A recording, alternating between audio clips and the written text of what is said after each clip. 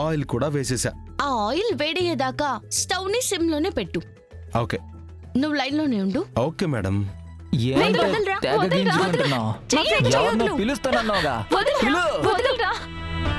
కేదార్, ఇక్కడ కొంతమంది కుర్రాళ్ళు మేనర్స్ మర్చిపోయి బిహేవ్ చేస్తున్నారు. వాళ్ళకి నేను వెళ్ళి కొంచెం గుర్తు చేయాలి.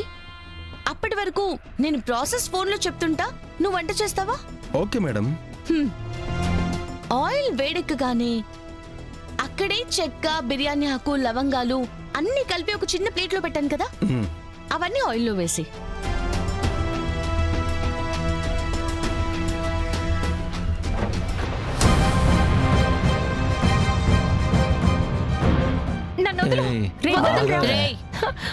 ఏం జరుగుతుంది ఇక్కడ?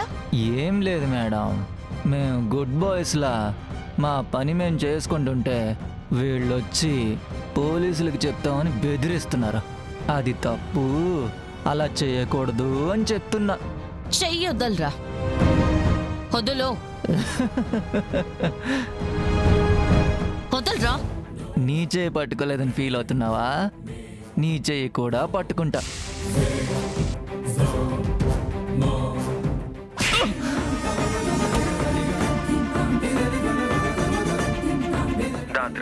చిన్న పిల్లలు, అందులోనూ మత్తులో ఉన్నారు.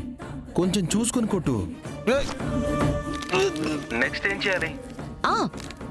కట్ చేసుకుని పెట్టుకున్నాం కదా ఆనియన్స్, అవి వేసి ఫ్రై చేసి దంచి అల్లం వెల్లుల్లి పేస్ట్ అందులో వేసి కాసేపు ఫ్రై చేయి. ఓకే. అక్క, మీ కొత్తిమీర పట్టుమని 18 ఏళ్ళు కూడా రాలేదు, అప్పుడే మత్తుకి బానిసలైపోయారా?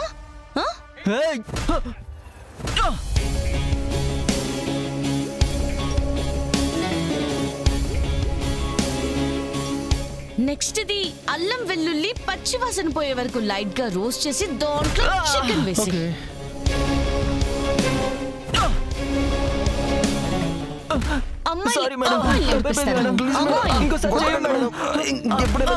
ఇంకొకసారి కొట్టకండి మేడం.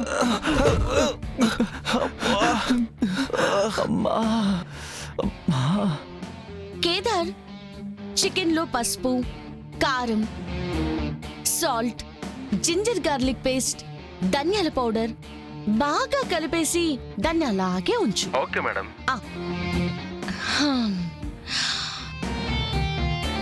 ఇంతమందున్న హాస్టల్లో అందరిలా మనకెందుకులే అనుకోకుండా తప్పుని ఎదిరించడానికి ముందుకొచ్చారు.